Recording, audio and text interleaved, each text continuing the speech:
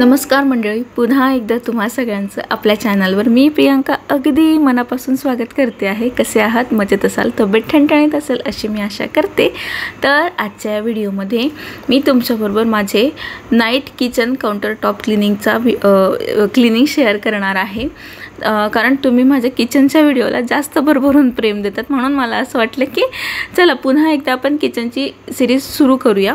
आता नवीन काय असेल तर आता वर्किंग वुमन झाल्यानंतर मी माझं किचन क्लिनिंगचं रुटीन कसं ठेवलेलं आहे ते या व्हिडिओच्या माध्यमातून मी तुमच्याबरोबर शेअर करणार आहे। तर हे रात्रीचं किचन क्लिनिंग रुटीन असेल, सकाळचं नंतर कधीतरी शेअर करेल, कारण की सकाळी खूप जास्त गडबड असते। तर बघू जसा मला टाइम मॅनेज होईल तेव्हा मी करेल। तर आत्ता स्वयंपाक झाला आहे, म्हणजे पोळ्या झाल्यात आणि भाजी लावलेली आहे। मग भाजी होते तोपर्यंत वेळ वाया घालवण्यापेक्षा मी विचार केला की स्वयंपाकाचे जे काही भांडे निघालेले आहेत किचन ओट्यावर ते सगळे धुवून घ्यावे।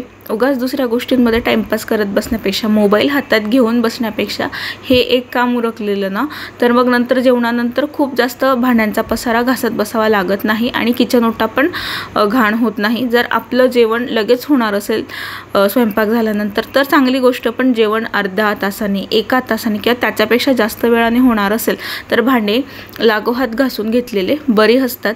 माझं जेवण कधीही होऊ दे, मी स्वयंपाक झाला की आधी भांडे घासून घेते। कारण काय होतं, बऱ्याचदा ती घाण पडून राहिली ना तर एकतर मुंग्या लागतात, कॉकरोच होतात। तसं तर मी होऊ नाही दिलेलं आहे आजपर्यंत, पण मी बघितलंय की मॅक्झिमम वेळेस उन्हाळ्याच्या दिवसांमध्ये तर मुंग्या सगळीकडेच असतात। तेव्हा असं नाही की कोणाच्याच घरात मुंग्या होत नसतील, किचन ओट्यावर मुंग्या होत नसतील।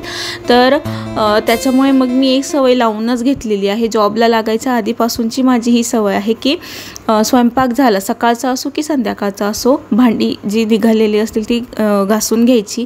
पीठ जे काही पडलेलं असेल पोळ्या करताना, भाकरी करताना जी काही बारीक सारीक घाण पडलेली असेल ती सगळी स्वच्छ करून घ्यायची। त्याच्यानंतर किचन ओटा पूर्ण क्लीन करून घ्यायचा। पूर्ण क्लीन होणार नाही तो आता, म्हणजे गॅसवर अजूनही भाजी ठेवलेली आहे, पण जेवढा जिथं पोळ्या वगैरे झालेल्या असतात ना ते सगळं पीठ मी बाजूला आधीच करून घेते। त्याच्यानंतर हा एल शेप किचन ओटा आहे, म्हणजे एका बाजूला गॅस ओटा आणि पोळ्यांचं सेक्शन, बेसिन एका बाजूला आहे आणि एक दुसरा जो छोटासा काउंटर टॉप आहे किचनचा तो मोकळा राहतो। तर त्याच्यावर मी या पद्धतीने भरपूर असं सामान ठेवलेलं आहे। तिकडे भाजी होते आहे, इकडे काही प्रॉब्लेम नाही, म्हणून मी हे रोज पुसून घेते। नाहीच रोज जमलं, मला समजा मला 2-3 दिवस जमतं, एखाद्या दिवशी मी खूप थकलेली असेल तर मी हे पुसायचं टाळते, पण मी रोज पुसत नाही असं होत नाही। आठवड्यातला 1 किंवा 2च दिवस हे पुसणं होत नाही, बाकी मी दररोज हे व्यवस्थित पुसून घेते। कारण मग जेव्हा नाशिकला होते तेव्हा माझ्या मिक्सरमध्ये झुरळ झालेले होते आणि ते काढत काढत माझ्या नाकी 9 आलेले। त्याच्यामुळे मी पुन्हा, त्याच्या आधी कधी असं झालेलं नव्हतं आणि ते झालं तेव्हापासून मी सावध झाले। प्रॉपर क्लिनिंग मी करत असते मिक्सरची म्हणा, मिक्सरच्या खाली भले काही दळणं असू दे नसू दे, रोजचं पण मी क्लिनिंग करून घेत असते। सगळं पुसून घेतलेलं आहे आता। आणि हे रोज पुसल्यामुळे काय होतं, जास्त चिकचिकापणा किचन ओट्यावर राहत नाही, धूळ साचत नाही रोजच्या रोज पुसल्यामुळे।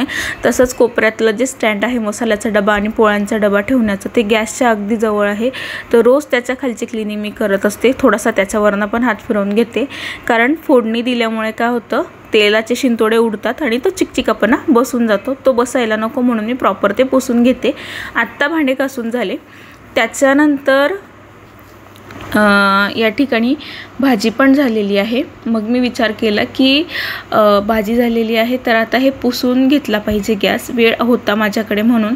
बऱ्याचदा गॅस थंड झाल्यानंतरच मी पुसते आणि जेव्हा घाई असेल तेव्हा मग या पद्धतीने कापडाच्या मदतीने ज्या शेगड्या आहे बर्नरवरच्या त्या उचलून घेते आणि मग गॅस पुसत असते। आता इथे गॅस फक्त पुसते असं नाही, तर भाजी करताना खूप जास्त तेल उडालेलं असेल, म्हणजे पाण्याचे कधीतरी घाईघाईमध्ये शिंतोडे उडून जातात, तर तेल खूप जास्त उडतं, तडतडतं ते, आणि मग किचन ओट्यावर किंवा गॅसवर किंवा मग मागची जी फरशी आहे पांढऱ्या रंगाची गॅसच्या मागची त्याच्यावर ते उडतं। म्हणून मग मी काय करते, दर 1 दिवसानंतर या पद्धतीने घासणीने साबण लावून घेते। पूर्ण गॅस घासायच्या फंद्यात मी पडत नाही, आठवड्यातनं एकदाच मी गॅस आता पूर्ण म्हणजे किचन ओटा घासते। कारण दोघं वेळ एवढा वेळ नसतो माझ्याकडे, सकाळी घाई असते आणि संध्याकाळी खूप जीव थकलेला असतो, त्यामुळे मी होता होईल तितकं शॉर्टकट करण्याचा प्रयत्न करते, पण प्रॉपर क्लिनिंग माझी असते. प्रयत्न तोच असतो की प्रॉपर क्लिनिंग व्हावी. आता इथे घासणीने घासून घेतल्यानंतर मी लिक्विड वापरते भांडे घासण्यासाठी. त्यामुळे साबणाचा जसा थर बसतो तसा लिक्विडचा थर बसत नाही वस्तूंवर. त्यामुळे मग पाण्याने धुण्याऐवजी कापडानेच मी हे पुसून घेते. आणि 1-2 दिवसानंतर असं पुसल्यानंतर ना गॅसही चिकट होत नाही, किचन ओटा पण चिकन होत नाही, जे काउंटर टॉप आहे ना तेही चिकट होत नाही आणि चमक दिसते. थरही साचत नाही. जो चिकटपणाचा थर साचतो ना बऱ्याचदा गॅसवर न आवरल्यामुळे, तो थर या ठिकाणी साचत नाही. तर कापडाने मी पुसून घेते. कापड मी स्वच्छ धुतलेला असतो. दर 2 दिवसांनी मी हे कापड बदलत असते. तर त्याच्यामुळे त्याच्यामध्ये जर्म्स वगैरे काही असं जमत नाही आणि मी जाताना सुकवायला त्याला टाकून जाते. दोघं वेळ मी त्यांना स्वच्छ साबणाने धुवून घेते आणि सुकायला ठेवून देते. त्याच्यामुळे कापडही व्यवस्थित क्लीन असतात. आणि जी खिडकी आहे ना, आता ती गॅसचं तुम्ही बघू शकतात अंतर खूप कमी आहे किचन ओटा छोटा असल्यामुळे, तर त्यालाही व्यवस्थित पुसणं खूप गरजेचं आहे खिडकीला, नाहीतर खिडकीवर सुद्धा शिंतोडे उडतात. तर खिडकीचा जो टॉप आहे तोही मी पुसून घेते व्यवस्थित, म्हणजे जेणेकरून काही धूळ असेल, तेल उडलेलं असेल निघून जातं. तसंच गॅसच्या खालचंही पुसणं गरजेचं आहे रोज. मी भरपूर ठिकाणी असं बघितलं आहे की गॅसची वरतूनच क्लिनिंग होते, गॅसच्या खाली कधीच पुसलं जात नाही. म्हणून बऱ्याच जणींच्या गॅसच्या पाईपमध्ये झुरळ जमलेले असतात. त्याच्यामुळे काळजी एवढीच घ्यायची आहे की गॅसच्या खालूनही जेव्हा आपण गॅस पुसतो ना तेव्हा दोघं वेळ गॅसच्या खालूनही प्रॉपर पुसणं, म्हणजे वर उचलायचा गॅस आणि प्रॉपर क्लिनिंग करणं गरजेचं आहे. जेव्हा आपण वॉश करतो किचन ओटा गॅस तेव्हा तर आपण ते धुतच असतो, पण रोज या पद्धतीने क्लीन करून घेणं गरजेचं आहे. त्याच्यानंतर एक्स्ट्राचं जे पाणी आहे मी ते वायपरच्या मदतीने काढून घेते. हे वायपर खूप जास्त मला मदतशीर ठरतं सारखं, त्याच्यामुळे कापडाची गरज पडत नाही. आणि एकदा वायपरने पाणी पुसून काढून घेतल्यानंतर मी कापडाने या ठिकाणी पुसून घेते आहे. हे जेवणाआधीचं आहे. जेवणानंतरची जी काही भांडी निघतात ती घासल्यानंतर अजून थोडीफार जी काही क्लिनिंग असते ती राहतच जेवणानंतरची, तर तीसुद्धा क्लिनिंग मी पुढे शेअर केलेली आहे. पण तुम्ही व्हिडिओ पहिल्यांदा पाहत असाल, चॅनलवर नवीन असाल तर आठवणीने चॅनल सबस्क्राईब करा आणि व्हिडिओ शेवटपर्यंत बघा. व्हिडिओ जर आवडला तर व्हिडिओला लाईक, शेअर, कमेंट नक्की करा.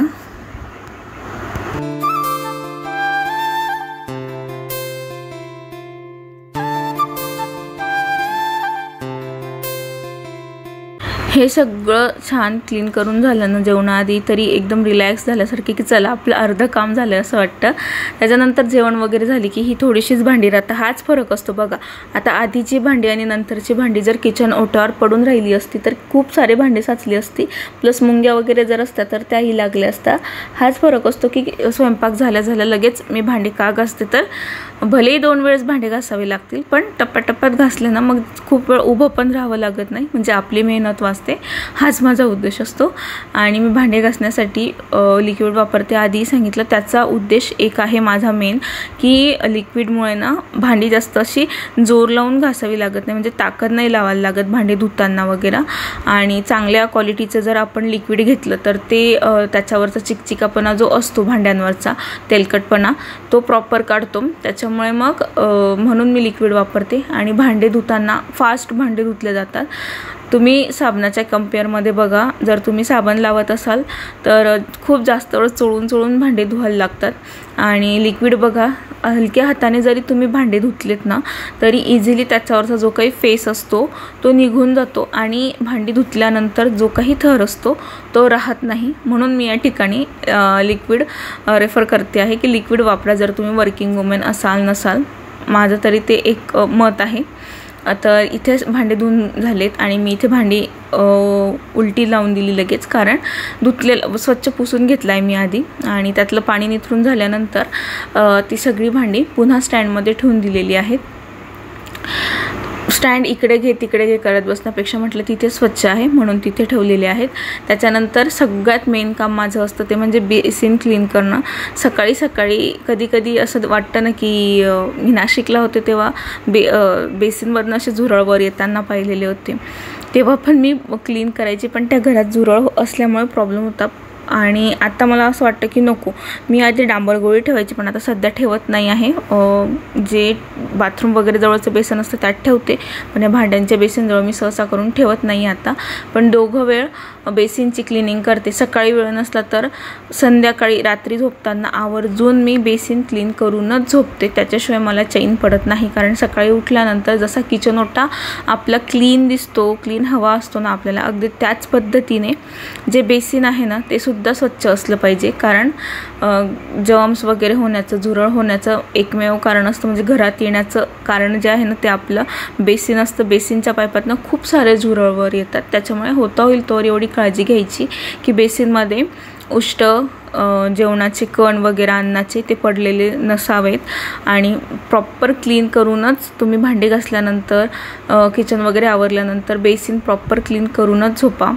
थोडा वेळ लागतो, जस्ट 5 मिनिट लागतात, पण व्यवस्थित क्लीन करून घ्यायचे. ह्या सगळ्या सवयी मी याआधी लावलेल्या आहेत ना, म्हणून मला त्या जड नाही जात. आणि मी खूप स्वच्छताप्रिय व्यक्ती आहे ॲक्च्युली, त्याच्यामुळे मला काही एवढं कठीण नाही वाटत ते की ठीक आहे करून घ्यावं.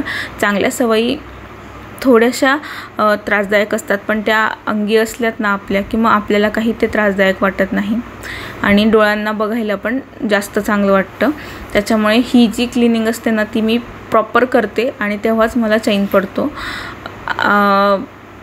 चेंजेस जास्त काही केलेले नाही आहेत मी, जे आधी करायची तेच मी आताही करते आहे. फक्त जे काही चेंजेस आहेत सकाळी झालेले आहेत. सकाळी हवा तेवढा वेळ देऊ शकत नाही. आता ते जे लिक्विड भांड्या घासायच्या छोट्याशा बाउलमध्ये थोडं उरलं होतं ना, त्या लिक्विडमध्ये मी थोडं पाणी टाकलं आणि ते कापडावर टाकून दिलेलं आहे पुसायच्या. प्लस घासणीसुद्धा मी धुवून ठेवते.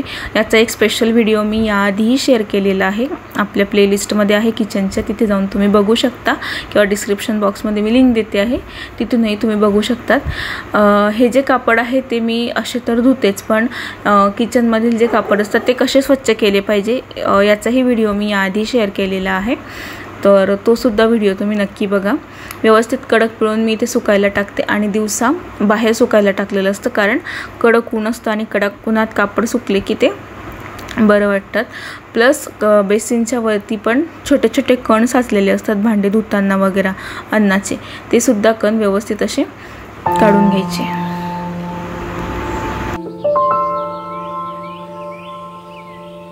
तर इथे तुम्ही बघू शकता आता फायनल जी क्लिनिंग झालेली आहे ती या पद्धतीची आहे. सगळं व्यवस्थित स्वच्छ धुवून ठेवलं. हां, हे जे 2 नळ आहेत ना त्याच्यावर जो काही थर बसलेला आहे तो मी फक्त वीकलीच क्लीन करते. रोज आता नळ वगैरे घासत बसायला वेळ नसतो. आणि ही फरशी तुम्ही बघू शकतात, अजिबात चिकचिकापणा, कुठेच डाग वगैरे तुम्हाला दिसत नसेल, मलाही दिसत नाही ॲक्च्युली. आणि याच्यावर याआधी पण डाग नव्हते, स्वच्छ करूनच मिळालेली होती. माझाही प्रयत्न आहे की तितकी ती पांढरशुभ्र आहे ना तेवढीच पांढरशुभ्र ती मला हवी आहे. अजिबात त्याच्यावर मला पिवळसर थर बसू द्यायचा नाही आहे, म्हणून मी वेळोवेळी ती पुसून घेते. जसा वेळ असेल तशी घासूनही घेते. गॅसही या ठिकाणी घासल्यामुळे अगदी छान दिसतो आहे. आणि कोपरा तुम्ही बघितला असेल स्टँड ठेवलेला, तो सुद्धा व्यवस्थित क्लीन केलेला. त्याच्यानंतर हे जे स्टँड आहे त्याच्या मागचं, मिक्सरच्या मागची क्लिनिंग मी तुमच्यासमोर केलेली. तर असा चकचकपणा जो येतो ना किचन ओट्याला, तो एक थोडीशी मेहनत घेतल्यामुळे येत असतो. जास्त काही नाही, फक्त एवढी तेवढी मेहनत आपल्याला घ्यावी लागते. आणि जर चिकचिकापणा वगैरे साचला असेल तर तुम्ही व्हिनेगरचा आपला व्हिडिओ बघा, व्हिनेगरचे उपयोग म्हणून. तर टाईल्सवर जे काही पिवळे थर असतात किंवा मग गॅसवर जे काही पिवळे डाग असतात ना, तर ते व्हिनेगरच्या मदतीने आपण काढू शकतात. प्लस किचनमधले जे कापड आहेत ते सुद्धा आपण व्हिनेगरमध्ये ठेवले भिजवून, तर त्यातला चिकचिकटपणा जो आहे तो निघून जातो. याचाही व्हिडिओ आपल्या चॅनलवर आहे, तर तुम्ही तिथे जाऊन बघू शकता. तर लांबून किचन खूप सुंदर दिसतं आहे. तर असा हा किचनचा video, night kitchen counter top क्लिनिंगचा व्हिडिओ तुम्हाला कसा वाटला मला नक्की कमेंट करून सांगा. भेटूया पुढच्या व्हिडिओमध्ये. तोपर्यंत काळजी घ्या. Bye bye.